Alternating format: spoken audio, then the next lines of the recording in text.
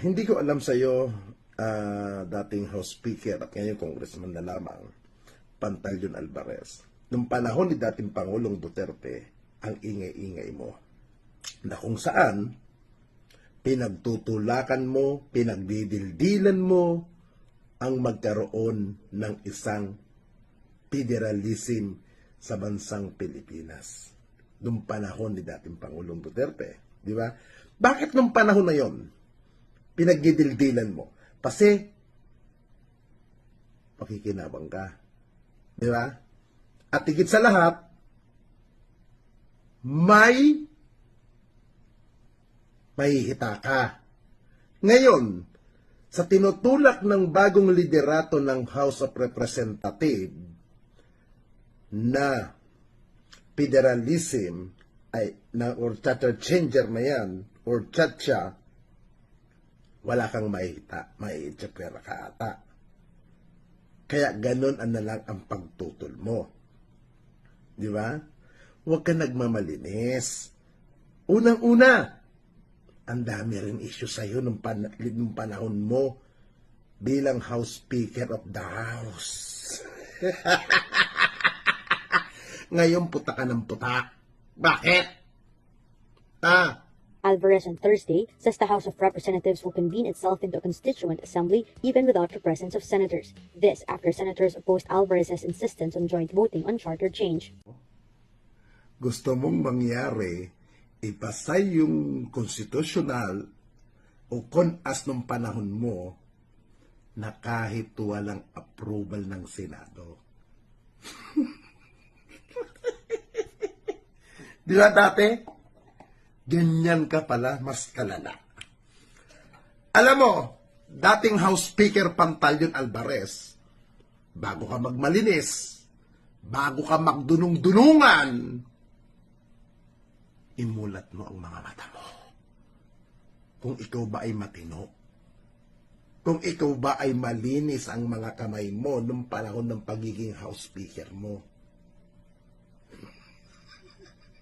Teka, meron pa. Surprise actually last night, but you've been making use. I mean, here you are again, you say something, you were at the oath taking in Iloilo, where you have local leaders that switched to PDP Laban, and you were quoted once again as assuring the local residents of Iloilo they would not get zero funding following the mass switch of political allegiance to the leaders. Kita mo, nagmamalinis ka.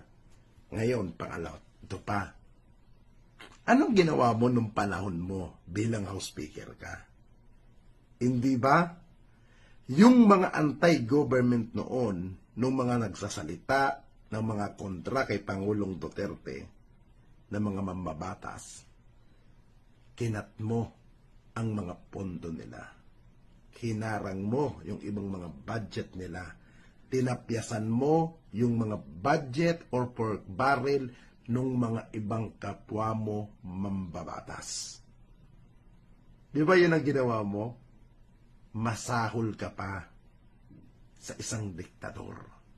Para maging kapartido mo, para maging sunod-sunuran sa gusto mong panukala, pagkontra sa inyo nung panahon na yon, tapyas ang budget. Mr. dating House Speaker Pantaleon Alvarez.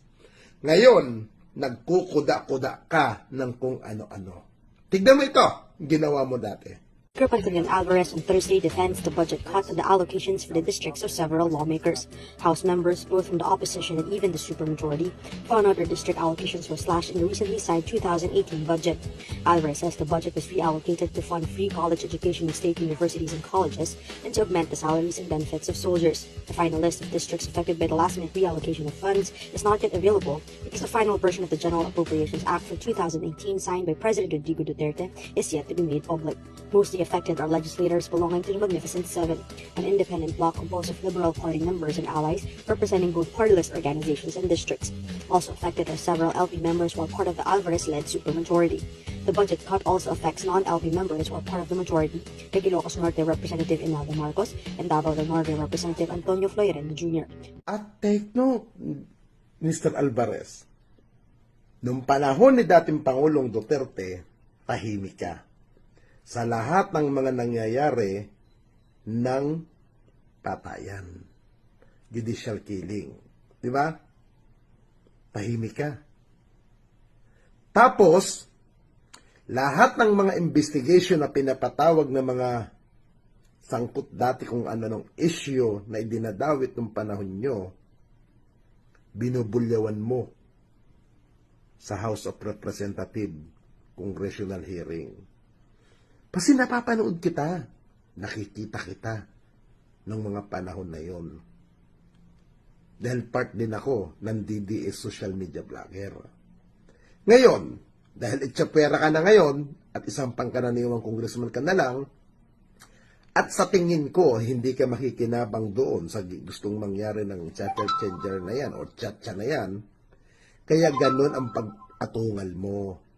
At bakit nga ba napatalsik ka na hindi mo matanggap nung panahon ni dating Pangulong Duterte nung ikay napatalsik bilang House Speaker of the House at pinalitan ka ni dating Pangulong Gloria Macapagal Arroyo bilang House Speaker of the House, doon ka lalong nanggalaiti. Naging opposition ka pa nung mga panahon na yon, di ba? Naalala mo ba yun? Mr. Speaker Pantaleon Alvarez. Huwag kang nagmamalinis, Congressman. May dumi ka din sa sarili mo. Ha? At ngayon, yung putakan ng putak na sinasabi mo na si Speaker Martin Romualdez ang nasa likod, marites ka din. Kung may ebidensya ka, maglabas ka. Hindi yung kuda ka ng kuda sa media para lang magpasikat nung ginawa mo nung panahon ni dating Pangulong Duterte.